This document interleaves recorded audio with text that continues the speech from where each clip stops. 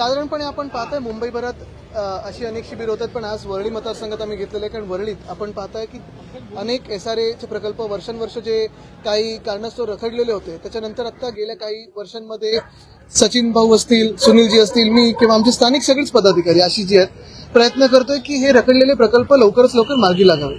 अनेक प्रकल्प आता ट्रान्झिटमध्ये गेलेले आहेत, विकास सुरू झालेला आहे आणि जे काही साधारणपणे अभय योजनेत आपल्याला जी काही मदत आपण लोकांसाठी करू शकू ती आज इथे केलेली आहे. दुसऱ्या बाजूला डोळ्यांचा चेकअपचा कॅम्प चालू आहे. तर असे काही सामाजिक हे चालू आहेत कॅम्प चालू आहेत. 14 ऑगस्ट ही तारीख निश्चित आहे असं समजतंय. काय असं समजतंय, अधिकृतरित्या आमच्याकडे अजूनही काही आलेलं नाहीये. तरी देखील आम्हाला न बोलवता देखील जर लोकांच्या हाती चावे मिळत असतील तर आम्हाला आनंद आहे. कारण BDDचा प्रकल्प आम्ही सुरू केला होता. वरळी BDD असेल, नामजोशी BDD असेल, तसंच नायगाव मधलं असेल. उद्धव साहेब मुख्यमंत्री असताना पुढाकार घेऊन आम्ही ते काम सुरू केलं होतं. पहिला टप्पा आता पाहतोय पूर्ण झालेला आहे. पण आमचा हा देखील प्रयत्न आहे, आम्ही केंद्रीय मंत्र्यांना देखील भेटून आलो की BPTतली शिवडी BDD चाळ ह्याचा पुनर्विकास लवकरात लवकर सुरू व्हावा. मुख्यमंत्री महोदयांना अनेकदा पत्र लिहिलेली आहेत आणि हाऊसमध्ये देखील विषय घेतलेला आहे. पण तिथल्या नागरिकांचं असं म्हणणं आहे की आमच्यासाठी मिटिंग लावली जात नाही, कबुतरांच्या खाण्यासाठी. धक्कादायक आहे ना, म्हणजे कबुतरांसाठी एवढं सगळं महत्व आणि जी लोक आहेत त्यांच्यासाठी BDDसाठी मीटिंग लावली जात नाही, हे लोकांचा रोष तिकडचा. हे तर मूळ मुंबईकर आहेत. कबूतर खाण्यांसंदर्भात अजून एक प्रश्न प्रलंबित आहे. जाऊ दे, अजून चालू आहे ते कोर्टात. आणि महत्वाची गोष्ट एवढंच आहे की स्थानिकांना जे पाहिजे असेल तेच झालं पाहिजे. तिथे जे राहणारे नागरिक आहेत तेच झालं पाहिजे. कल्याण डोंबिवली महानगरपालिकेच्या आयुक्तांनी एक आदेश काढले, 14 आणि 15 तारखेला कोणीही नॉनव्हेज खाऊ नये. त्या दिवशी नॉनव्हेजची दुकानं बंद असतात. कशासाठी? पण कशासाठी? काय खुशी? 15 ऑगस्ट आहे त्याच्यामुळे आणि हे आयुक्त कोण आहेत आम्हाला सांगायला आम्ही नॉनव्हेज खाऊ शकतो की नाही खाऊ शकत? मुख्य गोष्ट म्हणजे देशात आज हेच चाललंय. एका बाजूला आपण पाहतोय तिथून राष्ट्रपती ट्रम्प हे वेळोवेळी टॅरिफ वाढवत चाललेले आहेत. दुसऱ्या बाजूला आपण पाहतोय ब्रिज कोलॅप्स होत आहेत, रस्त्याने खड्डे पडलेले आहेत. पलावासारखा रस्ता एवढा खराब झालेला आहे. रस्त्यांची परिस्थिती बिकट असताना हे जे कोणी आयुक्त आहेत त्यांना तर सस्पेंड केलं पाहिजे की लोकांना काय खायचं आणि काय नाही खायचं सांगण्यासाठी आणि नॉनव्हेज बंद करण्यासाठी. अनिल कुमार पवारांबाबत अनेक वाद आहेत. अनेक आयुक्त आहे आणि आता एक कारनामा उघड झालेला आहे की त्यांनी वेगवेगळ्या कंत्राटदारामार्फत त्याच्या 4ही मुलांना पालिकेत नियुक्त केलं होतं. मुख्य गोष्ट हीच आहे की ना, नियुक्त केलं कोणी? आणि तेही जरी असेल तरी हे गेले 3 वर्ष सरकार चाललेलं आहे. नियुक्त केलं कोणी, काढलं कोणी, हा वाद वेगळा राहतो. पण सरकार जे चाललंय त्याचं काही सरकारचं काही बंधनं आहेत की नाही, शासनाची काही बंधनं आहेत की नाही?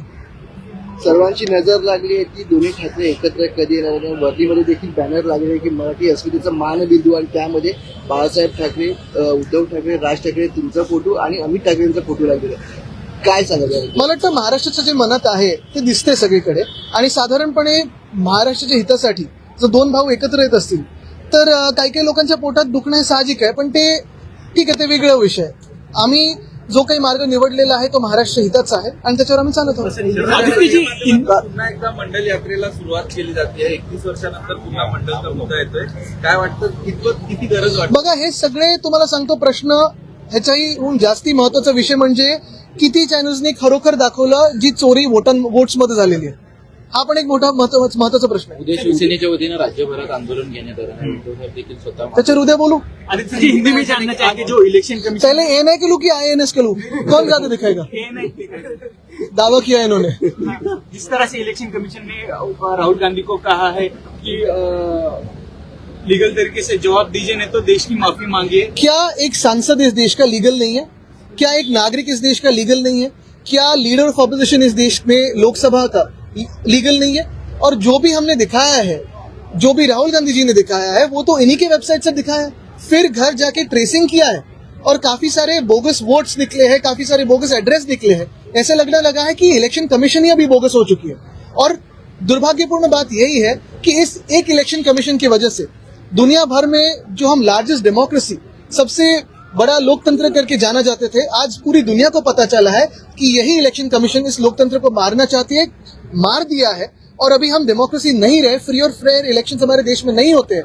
वो पूरी दुनिया को पता चला. दुनिया में बहुत सारे लोग पूछ रहे हैं कि हमारे देश में क्या चल रहा है, भारतवर्ष में क्या चल रहा है. शरद पवार जी का जिस तरह से बिहार के इलेक्शन चलते हुए इस इलेक्शन कमीशन ने सुप्रीम कोर्ट में एफिडेविट दायर किया है SIR के मद्देनजर देखते हुए, किस तरह देखते? आज तो उन्होंने साफ साफ सुप्रीम कोर्ट को कहा है कि आपको भी हम डिटेल्स नहीं दे सकते. तो क्या इलेक्शन कमीशन की दादागिरी सुप्रीम कोर्ट में भी चलती है? क्या सुप्रीम कोर्ट से भी ज्यादा ऊंचे स्तर पर इलेक्शन कमीशन बैठे हुए? ये तो एंटायरली कॉम्प्रोमाइज कमीशन है, इलेक्शन कमीशन नहीं है.